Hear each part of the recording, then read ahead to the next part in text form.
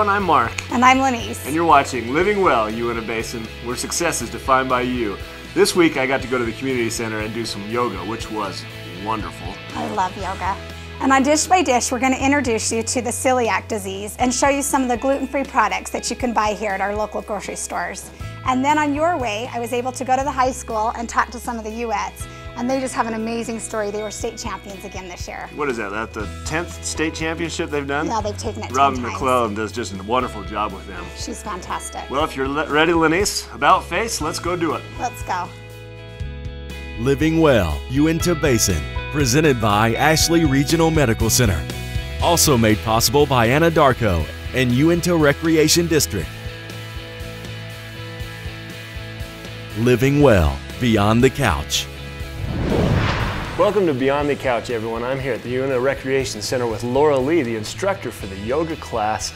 Thanks, Laura Lee, for joining us today. You're welcome. And yoga is of particular interest to me because as a youth, I was a great NBA fan, and there was an NBA player, Kareem Abdul-Jabbar, and he played for 22 years and had the most points scored ever in the history of the league.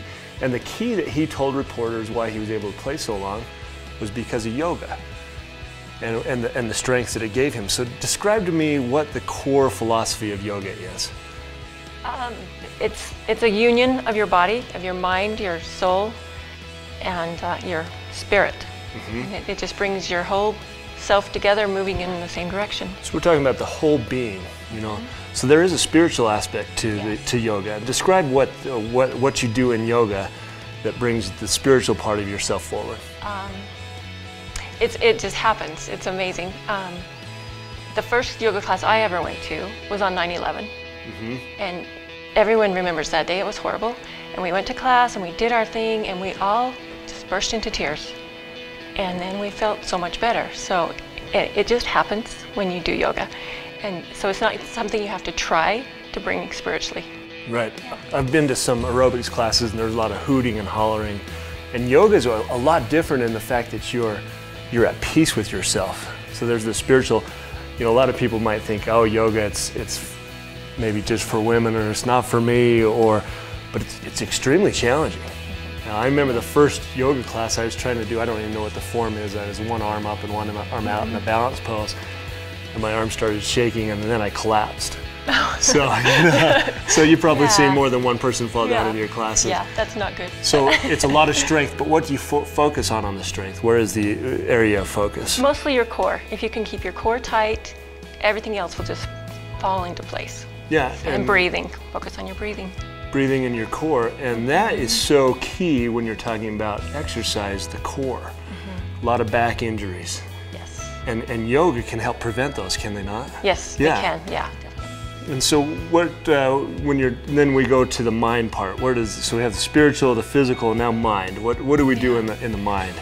If you are truly into the class and you're following and you're breathing, it does focus your mind, because you need to concentrate on your breath, and you're not worried about, you know, what's for dinner later or what kids did I forget to pick up. You're focused on just you. Yeah, you can kind of strip some of that noise that you have in life out, can't you? Yeah. So yoga helps you just strip it out, and now you can focus on you. And it's good me time. Isn't me time an important element of the day? Definitely. And yoga, you would say, definitely nails home the me time. It allows you to focus on what's important for yourself. And without that, I think that a lot of times the daily grind, some of those little stresses can really get you, can't they? Oh yeah. Yeah. What's typically your students' favorite part of the class? I think corpse pose, which is at the end of the class, and we just lay on your back and you breathe slowly and deeply, and some people fall asleep and some people just love it. And I've had people say, hey, it's my birthday, can we do 20 minutes of corpse pose? And it's like, but we try to do 4 minutes. And it's amazing, a lot, especially younger people, which is pretty sad, can't lay there for 4 minutes. Yeah, I think life is just too busy. It is too busy, and it's part of that cool down. You know, everyone wants to get in and get their work done and get out. You know, I get 20 minutes on the treadmill and I feel great. But they don't cool down and they don't stretch. They don't do some of those things in that corpse pose, and they call it corpse because you're laying there as though you were dead, basically, and you just breathe and relax. I love yoga. I know Laura Lee does. She's the instructor here at the community center. And the people that come to her class, you can just see they sit down on their mats and already start relaxing with their back straight, just anticipating the moment. So Laura Lee, we're going to join your class today. Okay. And we appreciate you having us here. And if you're looking for a way to get beyond the couch, yoga is a fabulous way to do it. It'll help clean your mind, body, and your spirit. And it's something I think everyone can enjoy. Laura Lee's going to show us some of the basic poses here in the class, and we appreciate you taking time for us here at VTV. Sure. Thank you.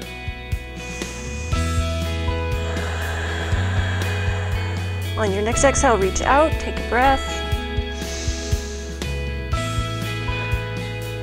On your next exhale, bring your arms up.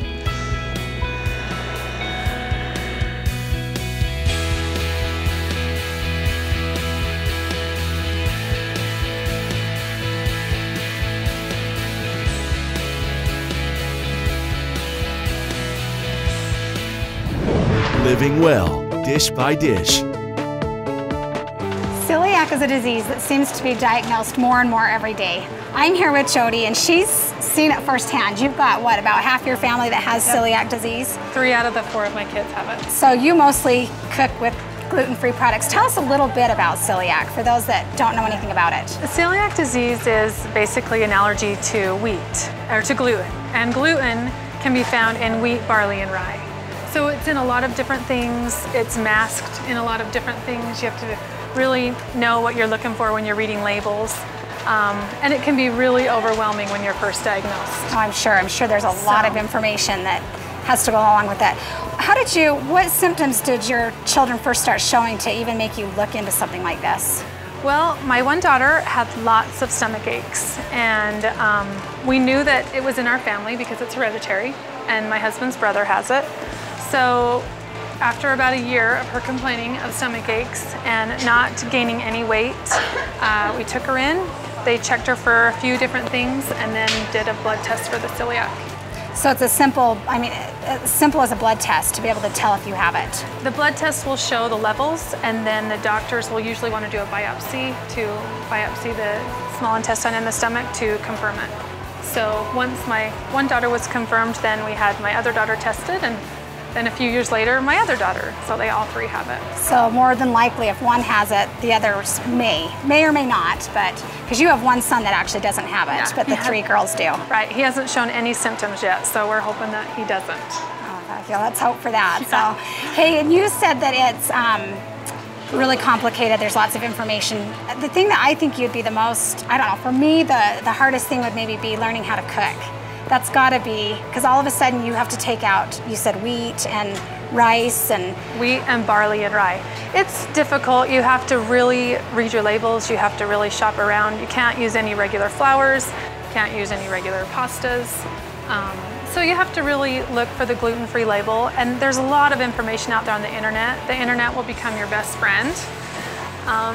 And there's a lot of blogs and different places where you can find recipes.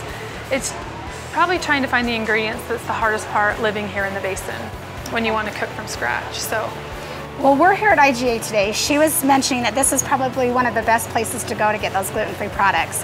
They have a lot on hand and it's all on one aisle. So, Jody, do you mind taking us to that aisle and showing us a little bit of those products a little bit? Not at all. All right, let's go. Okay.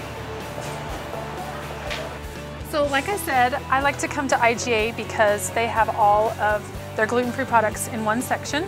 It's all here on aisle 16. It's not a huge selection, but it's great for when you need something last minute, or it really is a great place just to come and get your pastas, your breads. One of the favorite things that my girls like is this Pamela's baking mix. They love the pancakes. They say they taste as close to normal as the other pancakes. That's what I was going to ask is there's got to be a little bit of a difference in the way food tastes when you're taking the gluten out, but you say this is a pretty good one. This is pretty good. You know, there is a different taste, but the more gluten-free products they eat, the more their taste buds will change, and to them it will taste like it's normal. We'll just get used to it, I'm sure. Yeah. So. Another one of the products that my kids really like is the Glutino. Glutino has lots of different crackers, breads, cookies, and they have found that these also taste as close to what they remember. So this is more of your snack food type? This is more of your snack food type. Okay. So there are lots of products out there. You'll get used to the taste. I make stuff from scratch, cookies, cakes, and my whole family eats them. Well, and this is great because it looks like there's a lot of boxed recipes. And if you're just getting started, it might be a great place to start. Right. And then as you're getting comfortable with recipes and cooking from scratch, then you can start adding to that. Branch out with your flours and your different things that you can just substitute in your regular recipes. Make your recipe, substitute it with gluten-free flours, and it should taste the same. So. Well, like Jody said, the internet's going to be your best friend. So if you have someone that's been diagnosed with celiac, or if you're trying to eat with less gluten, go to the internet, get the information that you need. IGA is a great source. There's other stores in town that carry the gluten-free products, but like she said, this is all in one place, so it's a great place to come. Jody, we really appreciate being with us today. We appreciate IGA for letting us come, and also the shoppers for being patient with us today. Spring is a popular time for people to buy new running shoes to take advantage of the warmer weather. Too little or no room will increase your chances of foot pain. A little curl room is just about right for the perfect shoe.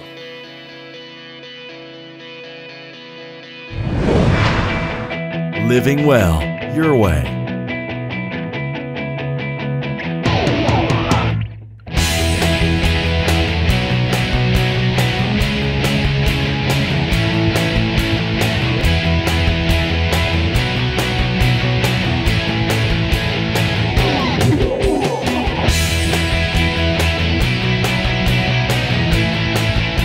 Uintah High School, home of the 3A state champ Utes, and with me is Robin McClellan, head coach. First of all, let me just tell you congratulations. That's a huge accomplishment.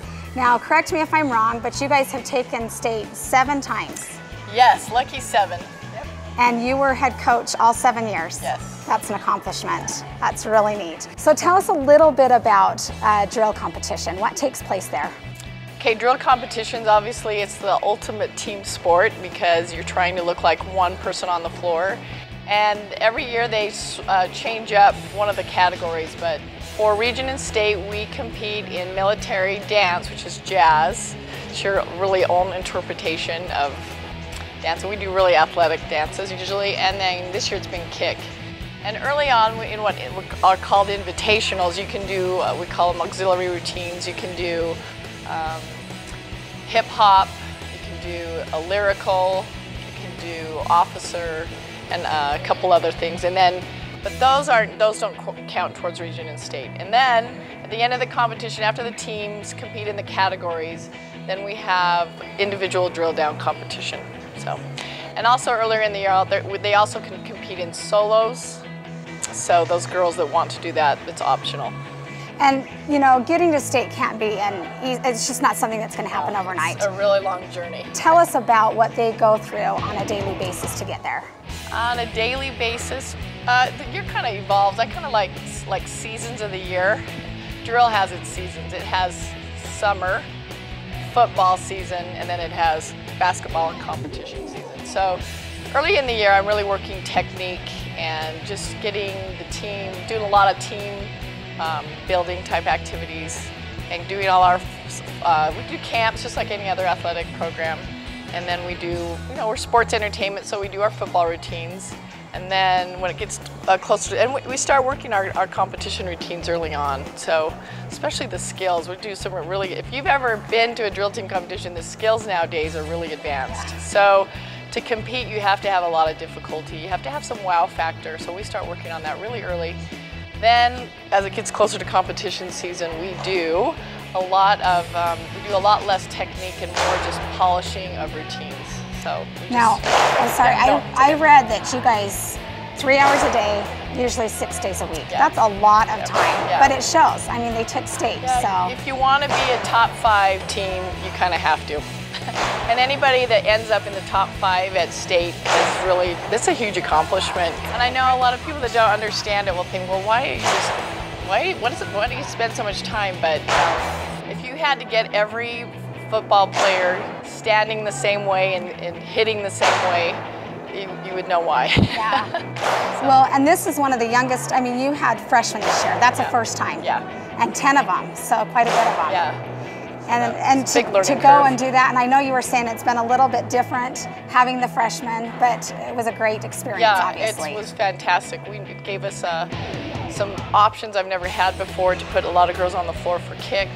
And they're young and excited, and they were great. They're a great addition to our team. We've loved having them. It's been logistically a little bit of a balancing act, and I told them at the first of the year, this is going to be a complete experiment because the junior high is on a different schedule than we are, but it's worked out. It's been great. Well, you talk about a wow factor, and you guys are a wow factor. You guys walk on the football fields, the basketball courts, whatever, and everyone's watching. You guys are incredible to watch. We try. So. I tell them, you got to make them stay in their seats. Don't let them go get a drink. You got to go show them what Uint is about. Well, I think they do stay in their seats. It's fun to watch. And obviously your program works well. You've done really a good job with these girls, and I want to just congratulate you once again, and thanks for letting us come. I'd actually like to watch some of their routines and then talk to a few of the girls, if that's all right with you. Sounds great. All right. Thanks for coming. Thank you.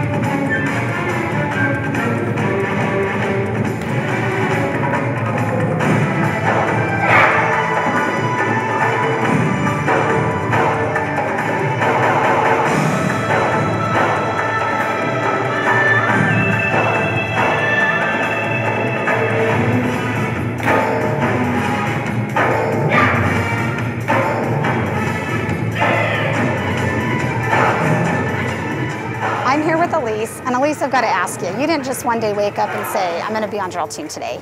Obviously, you've probably danced for years, correct? Yeah. How long have you danced? Ever since I was like 4 years old, I've danced. So is this something you've always wanted to do? I didn't always know I wanted to be on drill team, but I knew I wanted to like dance my whole life. So I don't know, it's kind of like the next level above like dance classes. You were on the drill team last year, and you guys took state last year. So that was probably a goal you had again for this year. And I heard your goal was to sweep state, which is, I mean, not just take state, but sweep it. That's a huge goal. Yeah. And you guys did it. Yep. How does it feel? Oh, it feels amazing. It's crazy. Like just like dreaming things that, I don't know, just sort of like seem so far away, but then like getting them, it's awesome. Well, you guys are a huge inspiration. I mean, you set your goals, you accomplished those goals. They were high goals. And what an incredible thing to those that are watching to know that you can set those goals and accomplish them. So thanks so much for talking to me. Thank you.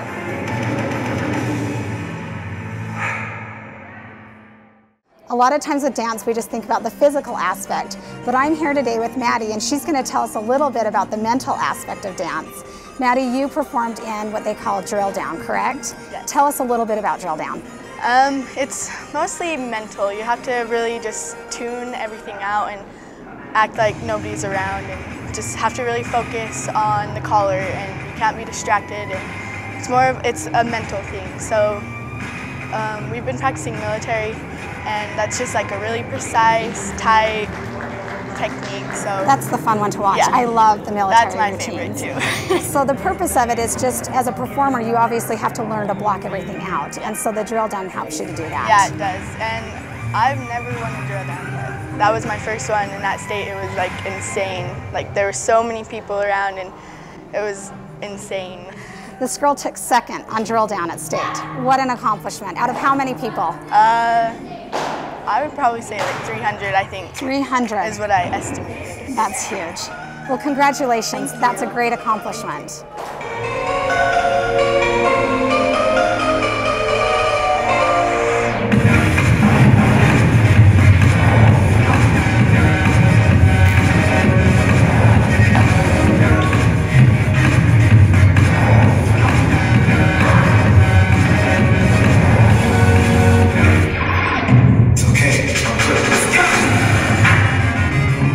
I'm here with Carly, and we've talked a lot about how physical and mental dance is. I know midway through the season, 3 girls quit on your team. And I'm sure at times you probably felt like you wanted to quit, but what kept you going? Definitely our goals. At the beginning of the year, we set a goal that we wanted to sweep state this year.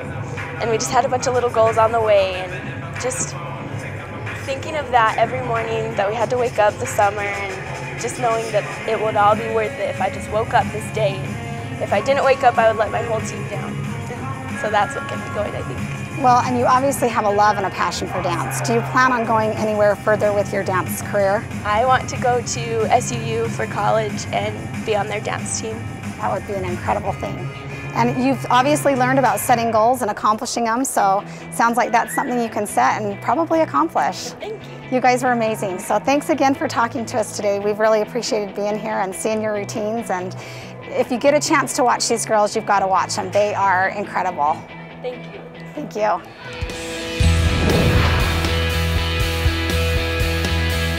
We want to thank our guests for being on our show, and also the grocery store for allowing us to come. I know I referred to them as IGA, which is what they used to be, but it is now Davis Jubilee. Thanks for letting us be there. I want to remind everyone that our shows come out on the 1st and the 15th, and we'd love to hear your stories, Uintah Basin. If you have a story, like us on Facebook and share your story with us. We'll get you on the show. Until next time, live well, Uintah Basin.